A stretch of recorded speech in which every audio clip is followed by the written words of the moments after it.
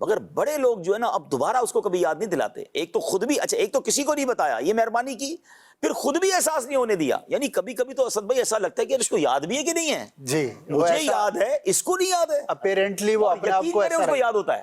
حاتم اسم رحمۃ اللہ تعالی علیہ, اسم کا مطلب ہوتا ہے بہرا. ہاں, اب ان کو دیکھا جائے کہ یہ بہرے حالانکہ حقیقت میں تھے نہیں, اچھا سننے والے تھے. اللہ, ان کے سامنے کسی مسلمان کی روح خارج ہو گئی. اب کسی کی روح خارج ہو تو وہ بندہ گلٹی فیل کرتا ہے, شرمندہ ہوتا ہے. تو آپ نے اپنے آپ کو جو ہے نا ساری زندگی اس کی وجہ سے بہرا ظاہر کیا کہ ایک مسلمان جو ہے وہ شرمندہ نہ ہو, اس کا عیب نہ پتہ لگے. تو یہ اللہ والوں کی شان ہے, اس کو دیکھا جائے. اور پھر ہمارا کیا حال ہے سوشل میڈیا پر. پھر ایک اور حدیث مبارک آپ دیکھیں کہ نبی پاک علیہ الصلوۃ والسلام نے ارشاد فرمایا کہ اگر کسی نے اپنے مسلمان بھائی کو اس گناہ پر آڑ دلائی جس سے وہ توبہ کر چکا ہے, وہ اس وقت تک نہیں مرے گا جب تک کہ خود اس گناہ میں مبتلا نہ ہو جائے. ہم اگر کسی کے گناہ کو وائرل کر رہے ہیں, اس کا واویلا کر رہے ہیں, شور کر رہے ہیں سوشل میڈیا پر, خاندان میں, دوستوں میں, تو پھر یہ ہماری زندگی میں بھی وہ گناہ آ سکتا ہے. اللہ ہمیں محفوظ فرمائے. آپ نے ماں باپ کی بات کی عبدالحبیب بھائی, ایک ان سے محبت کا ایک بڑا پیارا پہلو ہے. ہم سب اپنے ماں باپ کے ساتھ محبت کرتے ہیں, مزید بڑھتی ہے ان باتوں سے محبت. اور خاص طور پر ایک عمر کا حصہ ہوتا ہے کہ جس میں بندے کو سمجھ نہیں آ رہی ہوتی اور وہ چھوٹی چھوٹی باتوں پہ ناراض ہو رہا ہوتا ہے. ایک تو یہ کہ وہ اپنا ری ایکشن اس طرح سے ظاہر کرتے ہیں کہ اولاد کو بار بار شرمندہ نہیں کرتے. دوسرا, وہ اپنے گھر تک ہی رکھتے ہیں, یعنی اپنی اس کمزور اور نالائق اولاد کا تذکرہ ہمسایوں میں, خاندان میں اچھے ہی انداز پہ کر رہے ہوتے ہیں. یہ نہیں صاحب, جو بھی ہیں دیکھیں, غور کریں کہ جب کبھی کوئی مہمان آتا ہے تو وہ تعریف ہی کر رہے ہوتے ہیں. جب کوئی خاندان جمع ہوتا ہے تو اپنے بیٹے کی تعریف کر رہے ہوتے ہیں. تو کتنا ایک پازیٹیو ایٹیٹیوڈ ہے کہ اگرچہ ان کو معلوم ہے لیکن وہاں پر وہ اس کو. اچھا, اب ان ماں باپ سے سوال یہ کہ تمہیں اپنے بچوں کی فکر ہے, باقی کو بچے کی فکر نہیں ہے. اگر یہی ایٹیٹیوڈ ہر بندہ, اچھا صرف ماں باپ نہیں, بھائی بھی اپنی بہن کی بات, بہن بھی اپنے بھائی کی بات, فیملی کے ممبر گھر کی بات گھر میں رکھتے, اچھی بات ہے. تو یار دوسرے کے گھر کی بھی گھر میں رہنے دو نا یار. بالکل, ہمیں جب دوسرے کے گھر کی پتہ چلتی ہے تو کیوں پھیلانے کا شوق, پتہ چلا کر کے کیوں پھیلاتے ہیں. ایسا نہ کریں, کسی کو کیوں تکلیف پہنچاتے ہیں. تو بہرحال ماشاءاللہ کہانی کے پیچھے کہانی سلسلہ جاری ہے, آپ بھی کالز کر سکتے ہیں. ایک بڑا ہی ایمان افروز واقعہ ہے اور کیا سبق ہے اس کے اندر. یہ قدرت کا ایک کرشمہ بھی ہے. حضرت زید بن اسلم رضی اللہ تعالیٰ فرماتے ہیں, اچھا یہ واقعہ عیون الحکایات, بہت شاندار کتاب ہے, بزرگوں کے واقعات ہیں, عربی کتاب ہے, پر اس کا ترجمہ المدینۃ العلمیہ نے شائع کیا اور لکھا, اور مکتبۃ المدینہ نے اس کو شائع کیا. امیزنگ سٹوریز ہیں اس کے اندر بزرگان دین کی. تو کہتے ہیں کہ میرے والد نے بتایا کہ ایک مرتبہ سیدنا عمر بن خطاب خلیفۃ المسلمین امیر المومنین رضی اللہ تعالیٰ عنہ لوگوں کے درمیان جلوہ فرما تھے.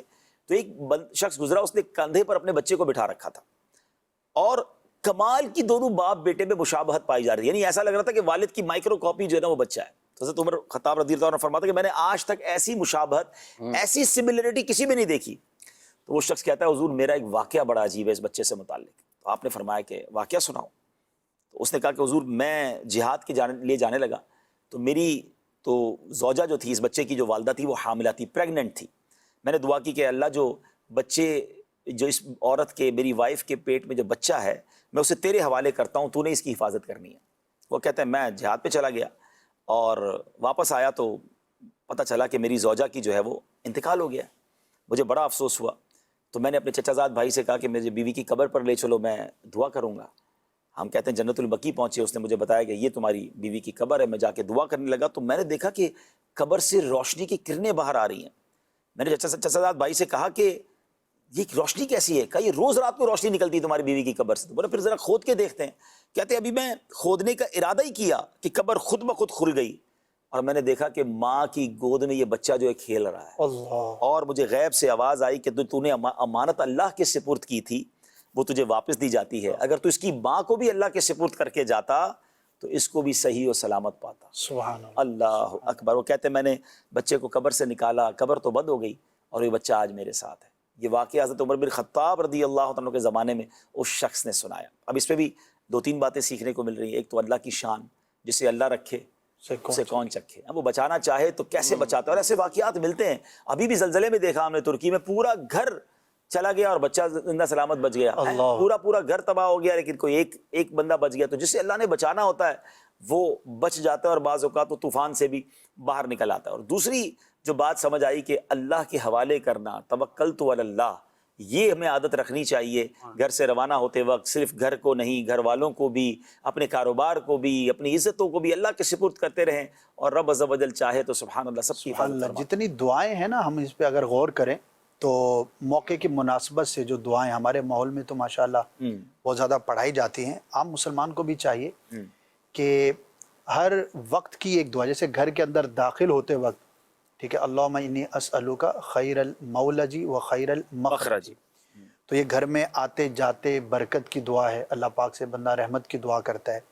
گھر سے باہر نکلنے کی جو دعا ہے تو اس کے اندر تو الفاظ ہی یہی ہیں، بسم اللہ توکلت علی اللہ لا حول ولا قوت الا باللہ. تو اللہ پاک پر یہ توکل ہے.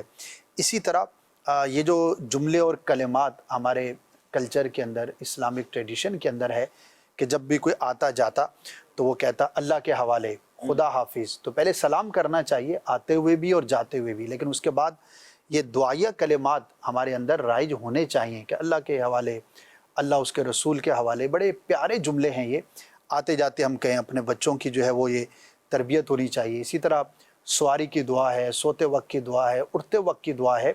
تو یہ جو قرآن و حدیث کے اندر دعائیں بیان کی گئیں اور سیرت کے اندر جو اس کا ہمیں ملتا ہے بہت زیادہ، تو یہ ایک اس موقع کی مناسبت کے مطابق ہے. اب کھانے سے پہلے کی جو دعا ہے تو وہ اس کھانے کے اثر کو، اگر وہ کوئی نیگیٹو ہے تو اللہ پاک اس سے حفاظت فرماتا ہے. اور کھانے کے بعد جو دعا اس کے اندر شکر ہے، تو جو نعمت پر شکر ادا کرتا ہے اللہ پاک اس کی نعمت میں اضافہ عطا فرماتا ہے. تو بہت ساری چیزیں ایسی ہیں کہ جو ہمارے کلچر کے اندر موجود ہیں، یا پہلے کہیں زیادہ تھیں، لیکن اس کو لوگ اگنور کرتے جا رہے ہیں، اس کو ریپلیس کرتے جا رہے ہیں دیگر الفاظ کے ساتھ. لیکن اگر ان دعاؤں کو، ان کلچرل ہمارے جو دعا یا جملے یا کلمات ہیں، انہیں ہم باقی رکھیں تو یہ سینہ بسینہ ہمارے معاشرے کے اندر پنپتے رہیں گے. ماشاءاللہ ماشاءاللہ. عمران بھائی کوئی اور کہانی سنائیے، کوئی ایسی کہانی جس کے پیچھے کہانی. جی وہ عرض کرتا ہوں، یہ جو آپ نے ذکر فرمایا نا، اس میں حضرت ابراہیم علیہ السلام کی ایک وہ بات یاد آ رہی ہے کہ آپ سے پوچھا کہ اللہ نے آپ کو خلت عطا فرمائی، اپنا خلیل بنایا، تو اس کی کیا وجہ ہے؟ تو آپ نے 3 وجوہات ارشاد فرمائی. اس میں سے ایک وجہ آپ نے یہ ارشاد فرمائی کہ میں اپنے سارے معاملات اللہ کے سپرد کر دیتا ہوں، اللہ کے حوالے کر دیتا ہوں. وَأُفَوِّضُ أَمْرِي إِلَى اللَّهِ إِنَّ اللَّهَ بَصِيرٌ بِالْعِبَادِ. اپنے سارے معاملات اللہ کے سپرد کریں. تو اس سے ریلیونٹ تھی تو میں نے بیان کرا. کہانی کے حوالے سے بوستان سعدی کے اندر یہ کہانی اسٹوری موجود ہے کہ ایک شخص تھا، بڑا مال و دولت والا تھا، امیر و کبیر تھا، اللہ نے بڑا اس کو نوازا تھا.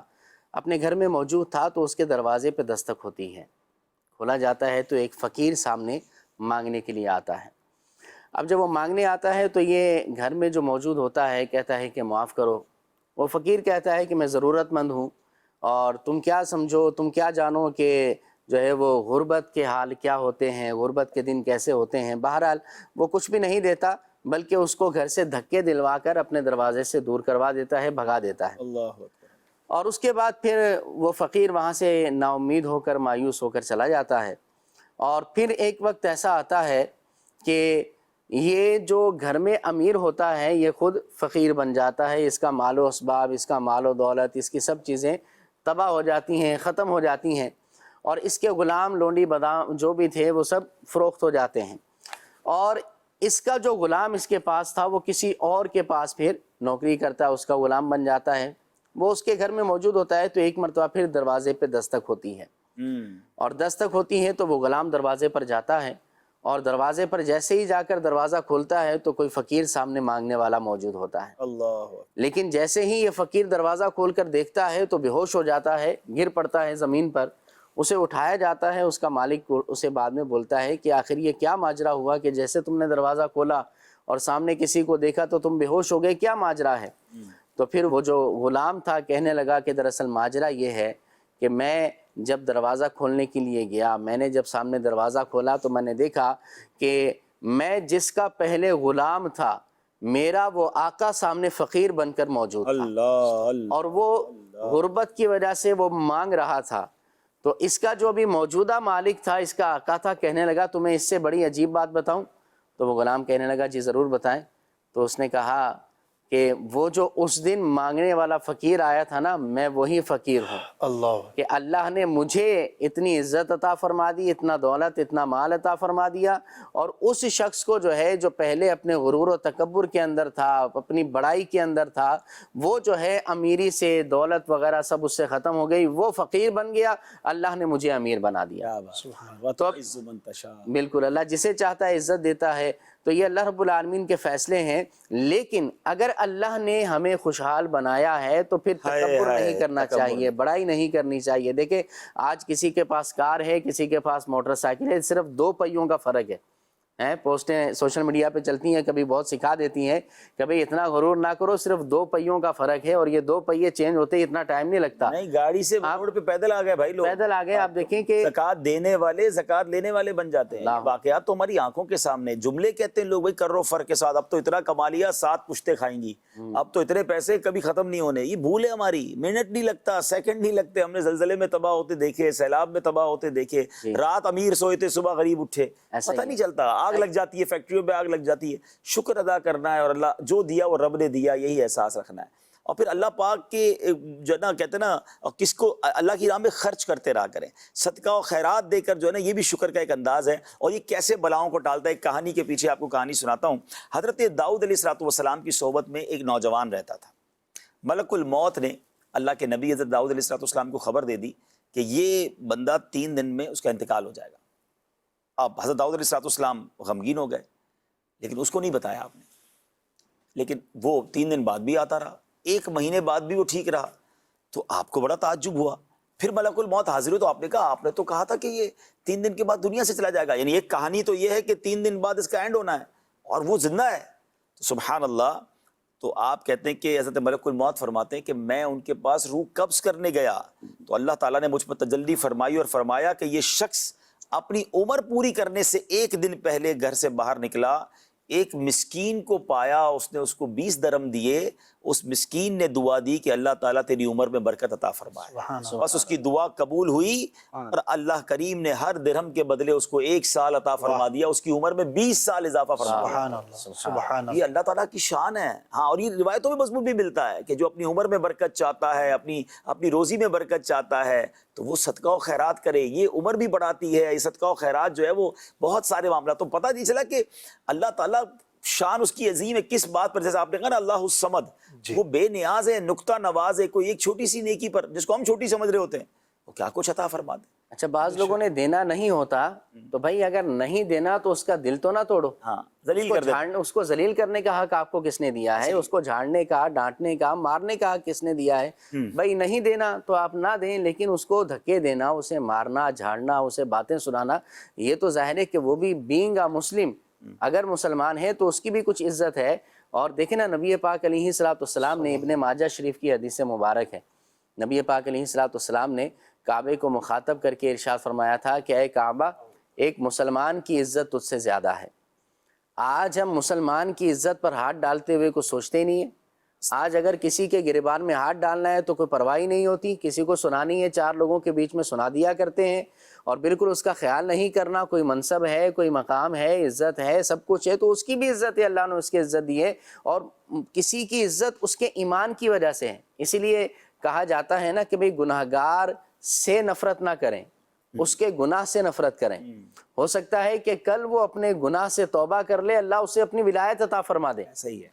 تو گناہگار سے نفرت نہیں ہونی چاہیے، اس کے گناہ سے نفرت ہونی چاہیے، اور تربیت کی کوشش ہونی چاہیے۔ اس میں تو بڑی ایز اے مسلم ہمارے لیے، دیکھیں جس کتاب پر ہمارا ایمان ہے، اللہ کا کلام ہے، اس سے بڑھ کر ہمارے لیے اور کیا ہو سکتا ہے؟ اللہ پاک نے جب قرآن میں ارشاد فرمایا تلک الایام نداولها بین الناس، واہ واہ، یعنی کہ اللہ پاک نے کتنا واضح جو ہے وہ ارشاد فرمایا کہ یہ دن ہیں جنہیں ہم لوگوں کے درمیان میں پلٹتے ہیں، بدلتے رہتے ہیں، یعنی کہ اللہ پاک خود اعلان فرما رہا ہے کہ یہ دن ہر ایک کے لیے پوزیشن، اس کی حیثیت، اس کا مقام، اس کا منصب یہ یکساں نہیں رہتا۔ اور جب رب عز و جل کسی کے بارے میں کوئی ڈیسیژن فرما دے، کوئی فیصلہ اور ارادہ فرما دے، تو پھر ظاہر ہے کہ مخلوق تو اس کی تابع فرمان ہے نا، اس نے تو اسی کے مطابق ہی کرنا ہے۔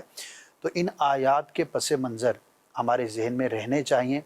تو پھر بہت ساری ایسی کہانیاں ہیں جو ہمارے سامنے رہتی ہیں. اور اگر کبھی ایسے مشکل کے دن آ جائے نا تب بھی رب کی رضا پر راضی رہنا ہے. ہر مشکل کے بعد آسانی ہے، ہر رات کے بعد صبح ہے، ہر اندھیرے کے بعد اجالا ہے. جو اللہ کی رضا پر مشکل میں راضی رہے نا اللہ سکھ کے دن ضرور دکھاتا ہے. وہ وقت گزر جاتا ہے لیکن پرابلم یہ کہ اسی ٹف ٹائم میں جو نا کچھ لوگ فیل ہو جاتے ہیں، وہ ناشکری کرتے ہیں، وہ اللہ سے ہی معاذ اللہ ناراض ہو جاتے ہیں، اللہ سے تعلق توڑ لیتے ہیں. یہاں تو رب سے اور قریب ہونا ہے. بزرگوں کی تو باتیں ہیں کہ بعض اوقات یہ مقام جو ہے وہ شکوہ نہیں بلکہ مقام شکر ہوتا ہے کہ اللہ پاک نے تمہیں آزمایا ہے.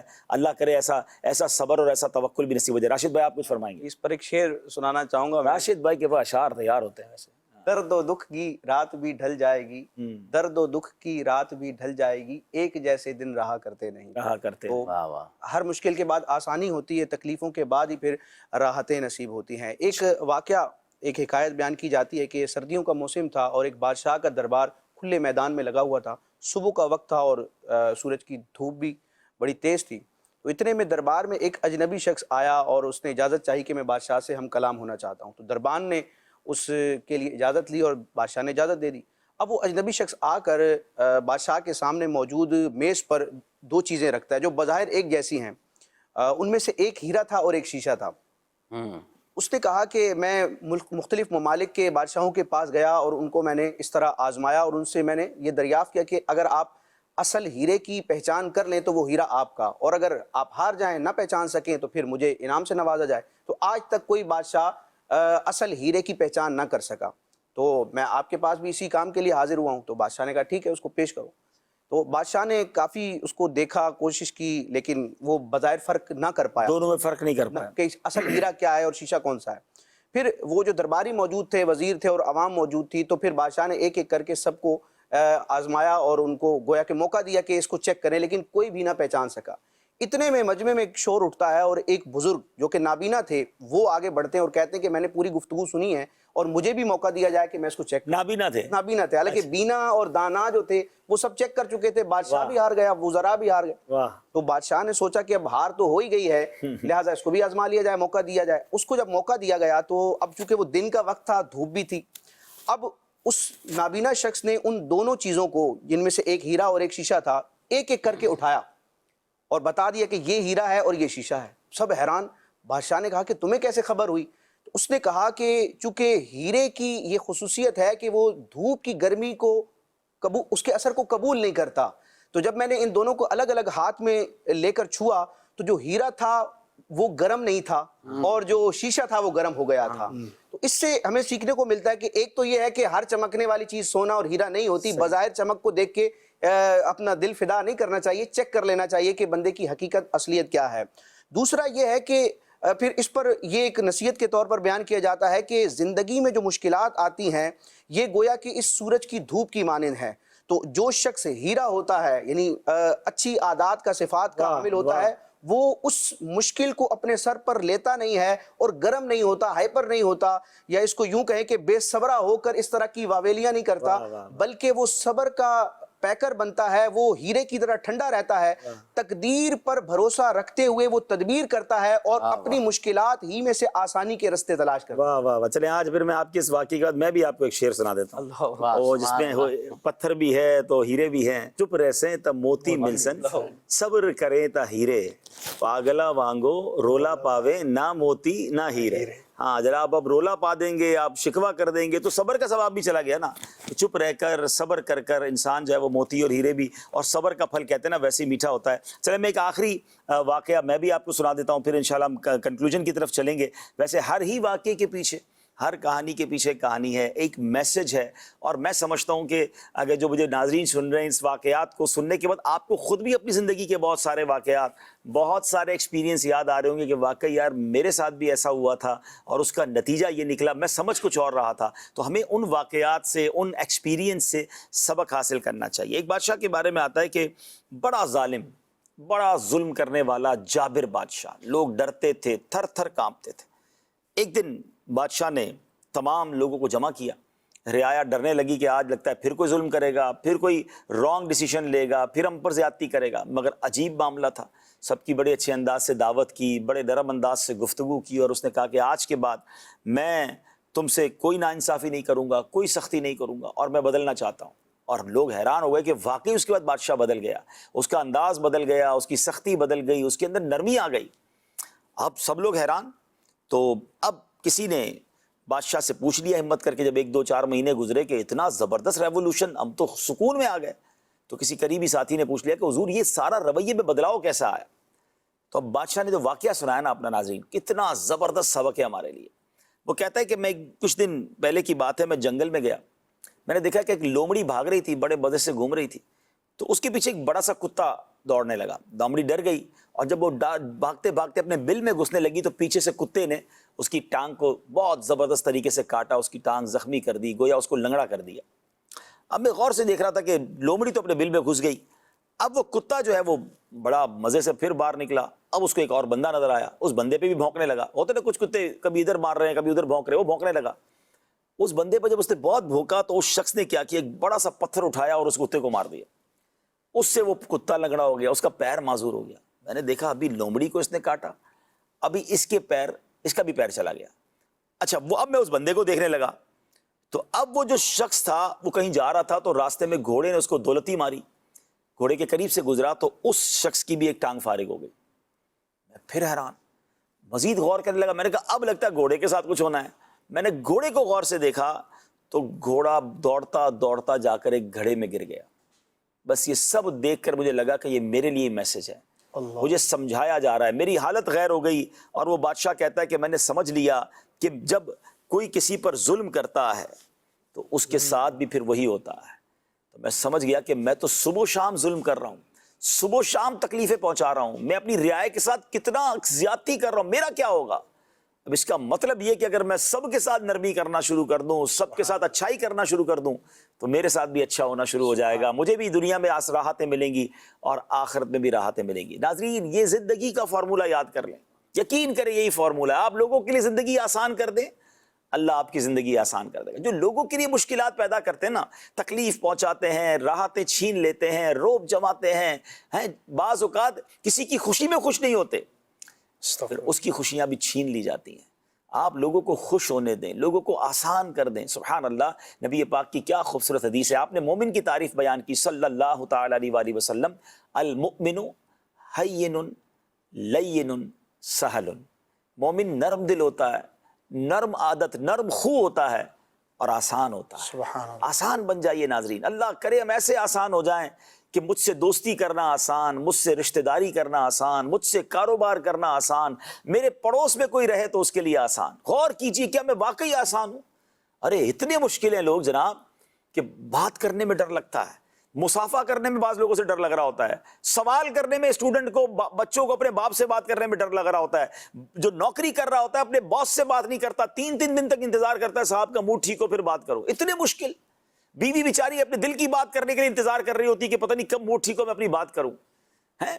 اچھا بعض اوقات بندہ ٹھیک ہوتا ہے، جیسے ہی کاروبار کیا الگ ہی چہرہ سامنے آ رہا ہے، واقعی کہانی دوسری نکلتی ہے کہ یار میں تو اس کو دوست سمجھتا تھا، روز ملتے تھے، روز کھاتے پیتے مسکراتے، پیسے دیے بندہ ہی بدل گیا۔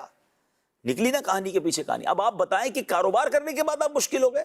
اچھا دور سے دیکھا بڑے اچھے تھے، رشتہ کر لیا، باپ رے باپ، رشتے کے بعد جو کہانی نکلی تو یہ کیسا بندہ ہے کہ جو رشتہ کرنے والوں کے لیے مشکل ہو گیا۔ یہاں تو میں بالخصوص داماد حضرات سے بات کروں گا، داماد بنے ہو اللہ نے بڑی نعمت دی ہے، لیکن اپنے سسرال والوں کی عزت ہونی چاہیے، ان کو بھی ماں باپ سمجھیں، ہیں وہ جو آپ کے اصل ماں باپ تو ہیں، لیکن جس نے اپنی بیٹی دے دی آپ کو وہ بھی آپ کے ماں باپ ہے نا۔ لیکن یہاں بعض اوقات باپ رے باپ، وہ داماد تو جو سسرال والوں کو نچا رہا ہوتا ہے، اور بعض اوقات تو یہ پلان کر کے کرتے ہیں، جب تک میں نہیں آؤں گا دعوت شروع نہیں ہوگی، لیٹ اگر ہم سے پہلے دعوت شروع ہو گئی تو ان کی دعوت کا بیڑا غرق کر دینا ہے۔ نہیں، اچھا انسان وہ ہے، وہ مومن ہے جو اپنے سسرال والے کے لیے بھی سہل ہے نا، آسان ہے، ان کو احساس دلائیں میں بھی آپ کا بیٹا ہوں، جس طرح آپ کے باقی بیٹے میں بھی بیٹا ہوں، لیٹ ہو جاؤ میرے لیے دعوت میں کوئی انتظار نہیں کرنا، کوئی اسپیشل پروٹوکول نہیں ہے میرا، تاکہ ان کے اوپر سے ٹینشن ریلیز کرے نا۔ مومن آسان ہوتا ہے، ہم اپنے پڑوسیوں کے لیے آسان ہو، اپنے رشتہ داروں کے لیے آسان ہو، اپنے دوستوں کے لیے، اپنی فیملی کے لیے۔ اب دیکھیں نا اس بادشاہ نے سبق جانوروں سے سیکھا کہ زیادتی کی تو بدلہ ملا، تو جو کرنی ہے جیسی کرو گے ویسی بھرو گے۔ تو بہرحال ناظرین، امید ہے کہ آج کے اس پروگرام میں ہم نے بہت ساری باتوں کو ڈسکس کیا، بہت سارے ایسے ٹاپک کو ڈسکس کیا جس کے پیچھے پھر نتیجہ کچھ اور ہوتا ہے۔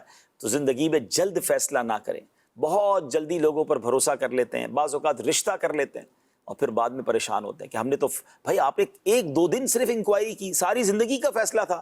کوئی بڑی گاڑی سے اترا یا بڑے اچھے لباس پہن کر آ گیا یا آپ کو 4 باتیں بتائیں تو آپ نے سوچا کہ یہ رشتہ اب دوبارہ آئے گا ہی نہیں.